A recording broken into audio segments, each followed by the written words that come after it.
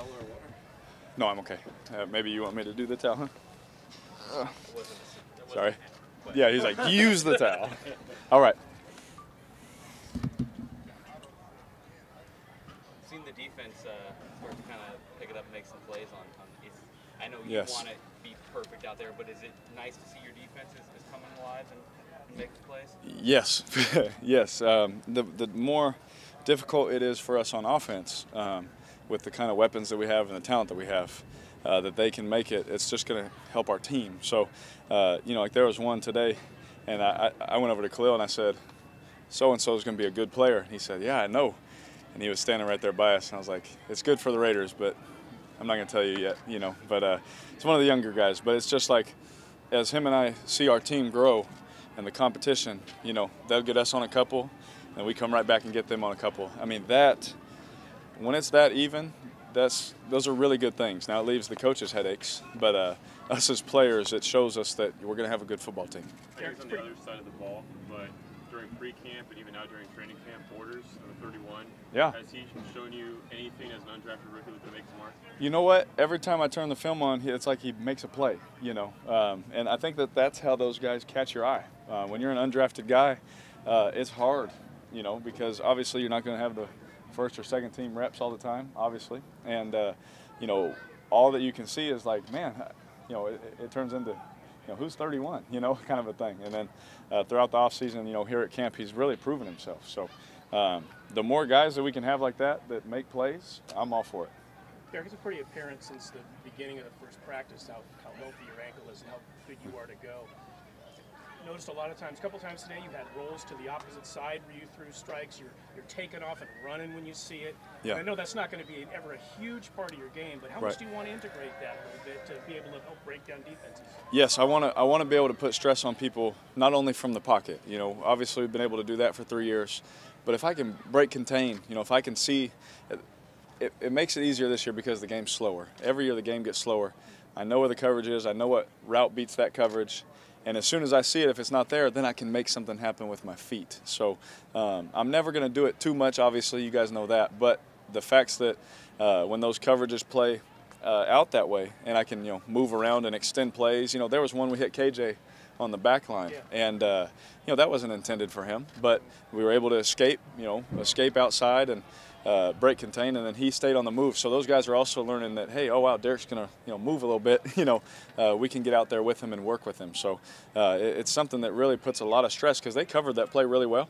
But then at the end of the day, we were able to hit one. But you put the stiff arm away for good, though? The stiff arm needs to go away. Yes. We don't need any more hand things. Yeah. Speaking of hitting, though, how fine is that line now that you guys have the pads on between getting these guys ready in football shape, the hitting, yes, but taking care of each other as well? Because you look across, there's a lot of big names that are already going down in training camps across the league.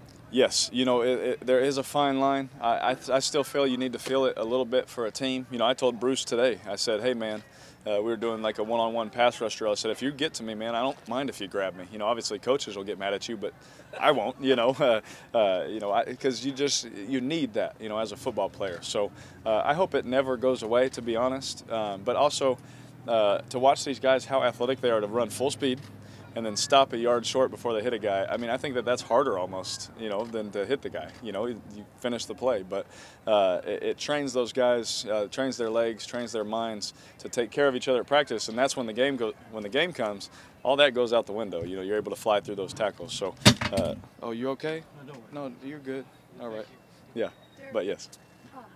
Marshawn just ran by and snatched a kid's Skittles good-naturedly. Yes. And, people love him around here. It's obvious every time he touches the ball. And how much fun is it to see what he's doing for this fan base and complimenting everything you guys already have? Yes, it makes, obviously, with how the last couple of years have gone, our fans are what I've seen are just so loyal, so awesome. And then when you add a hometown guy, someone that loves the community, and he really embraces the city of Oakland. And, so adding someone like that out here to an already loyal, excited fan base, you can obviously tell that, they're loyal and excited for him as well. So just having him around, not only as the player, obviously we can all see that, but just what he brings for the city of Oakland. it's a really cool thing to see. You talked about KJ Brent earlier, and he's a guy with Coop out getting some run with the one. What do you see out of him as a guy that's in his second camp? Yes, he is a guy that, he has to do the dirty work, and he knows that. He's got to go in there, do the dirty work. He's got to go in there, and, hey, if Coop goes down, I got to step up now, and I got to be the X receiver, for an explosive offense, and he, as you can see, he's doing a really good job of that. Now, he has a few, like we all do, where you're like, I wish I had that one back. But that's what camp's for, So just being able to see his growth from last year until this year, it's really exciting to see that he took last year as a time to get to know the offense. He didn't take it as I'm just going out to be the scout team receiver or I'm just going out to go through the motions. He worked his tail off to learn, and you can tell when he goes in, now he can go in with the ones and get reps, which is it's a testament to his work ethic, and as long as he can continue to make those tough catches, because he'll tell you he's not a 4-3 guy. He's got to make those contested grabs, and he's done a great job of that so far. What excites you about this year's tight end group? Oh man, well obviously last year I loved Clive and our guys Michael and Lee. For what obviously we all love Lee, for what he can do. But when you add a guy like Jared Cook that runs a 4-3 or a 4-4, and he can outrun DBs, on go routes. That's why you see, we can throw him out wide and run different kind of routes with him. We can do that kind of stuff because he's that talented. So all it did was make it better. It took a good group that made a lot of big plays for us in big games, and makes it better. And that's what it's about.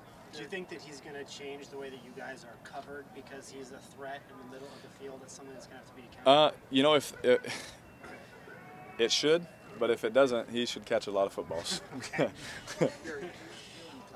even before he got the promotion, you guys were pretty close. Yes. And you kind of know what he wants and knows what you can do.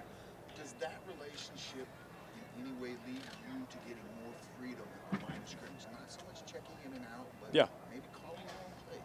Yeah, absolutely. Yeah. Yes. Just to make it easy for you, absolutely it does. Yes. And how comforting is it for you to know that you have that freedom, and again, that you know what he's thinking, kind of what he wants? Yes, and it is very comforting. It's also, it's a lot to put on a quarterback, but he knows me, and he knows that's how I like to play, kind of a deal. And as long as I'm thinking this exact same way he's thinking, and that's what we're trying to do here at camp and all of OTAs and minicamp was, I just want to think what you think, So when I'm out on the field, I see exactly what you see, and I can actually do it and change it while we're out there. So, we've had discussions where we finish each other's sentences like, hey, if you see this, hey, I'm going to go to this. He's like, exactly, So as long as we can continue to grow that way, and over the years, obviously it'll get better and better. But for the short time of him now being the OC, I'd say it's pretty darn good because of our relationship before it started. Without divulging anything, can we assume you've been in contact still with Donald Penn? Yes. I know you and Cordero seems to work closely with the second team, but what have you seen from him since maybe his transition since he's arrived? Oh man, it looks like he's having fun. It looks like he's having a good time. There's a lot of guys on our team. Whenever we get them, I always ask like, how did someone else let him go? Like that size, that speed. He's like a horse out there, man. He's 220, 225 running a 4.3. And it's like. Those don't just come around all the time. So being able to get him in our offense and implement him and not just use him as a gadget guy, but use him as a receiver, He was a first-round pick for a reason. And being able to see his talents on display has been really, really encouraging for us because obviously you lose a guy like Andre Holmes and, someone that can do that kind of stuff at that size. And you get a guy like Cordero that can kind of do those same things and also can carry the ball, can kick return and those things. It really helps our football team. Derek, can you speak to DeAndre and Jalen? With Marshawn coming here, such a big name, have they deferred to him right away, or have they kind of picked up where they left off at the end of last season? You know what? That's a good question. It'd probably be better for them personality-wise. I'm not sure in their meeting room and that kind of stuff. But everyone on this football team has a role, and the coaches make it very clear, what our role is. And so, I know my role. Those running backs, they know their role. And what the cool thing about this is not only does our team know what our role is, we embrace it. So when we hit that season, there's going to be guys on the practice squad, and they're going to sit there and they're going to embrace that role, and they're going to make our team better. Same thing with the running backs. You know, coach will tell them, hey, this is what I need you to do. Jalen, this is what I need you to do this week. DeAndre, this is what I need you to do this week. And guess what? All of you also have to be ready to be the guy through and throughout, you know, because we know how this league is on running backs. You know, it's very physical and all those things. They got to be ready at any moment. A couple more for Derek. Derek, you have Fresno and Bakersfield here today. Can you talk about your jersey retirement in about a month's time? Oh, yeah. So, obviously, I tried to say as much as I could in the 60 seconds you get on Instagram. But I've dreamed of that since I was a little kid. I said every time I walk down that ramp for a practice, a game, a lift, a run at 6 a.m., thanks a lot, Coach Bose. You know, I would look up and I'd see Carr number 8, and it was motivating every single day that I'm going to get my name up there. And it was a reminder. I can remember times in some of the hardest games where I would look up and I'd see it, and it was just a reminder of how hard I needed to go in that game. You know, it was just little things like that. And it sounds silly maybe to some people, but I wanted to leave my imprint, you know, on that community and on that school. So the fact that they called and they want to do that, dream come true. It was one of my top goals. I have a lot of goals, but I have a lot of there's only very few at the top that I wanted to reach, and on the way for my football career, that was one of them. So it really is a humbling thing. I was very emotional when they told me. I was like, what? Like, I didn't think they did that till I was like 40 years old, you know? Like, so I was like, sweet, you know, I'll take it. You dream of being a Raider. You're a Raider. You dream to have your number retired. Yeah. You're going to get retired. On that list of goals, you're knocking them out pretty good here. Yeah. What are some of the big ones remaining? Win a Super Bowl, and not just one, but multiple. And that's not just for me. That is for our city. That's for our fans. That's for my teammates, these coaches, all of us that are away from our families in this silly little hotel, you know, for weeks on end.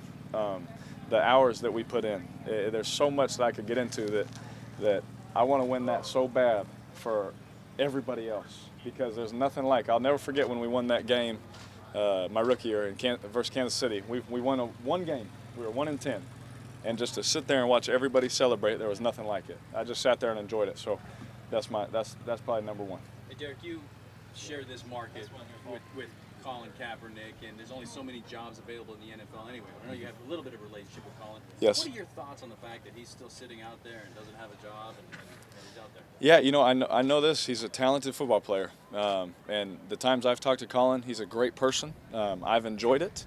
Now, I can't speak for any other teams, organizations, and all that. Obviously, we have quarterbacks, you know, so, you know, he won't come here. But, you know, I wish him the best, and I hope he gets signed. I really do. You know, and, you know, I don't know if he wants to play, if he doesn't, all that stuff. But if he does, I really hope he gets signed, because I feel like as a football player, he can help a football team. You surprised that he's still out there then?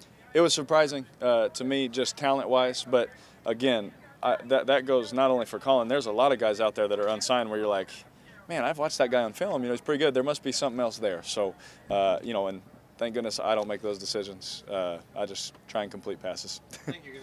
Thanks, guys. Thanks, Eric. Appreciate it.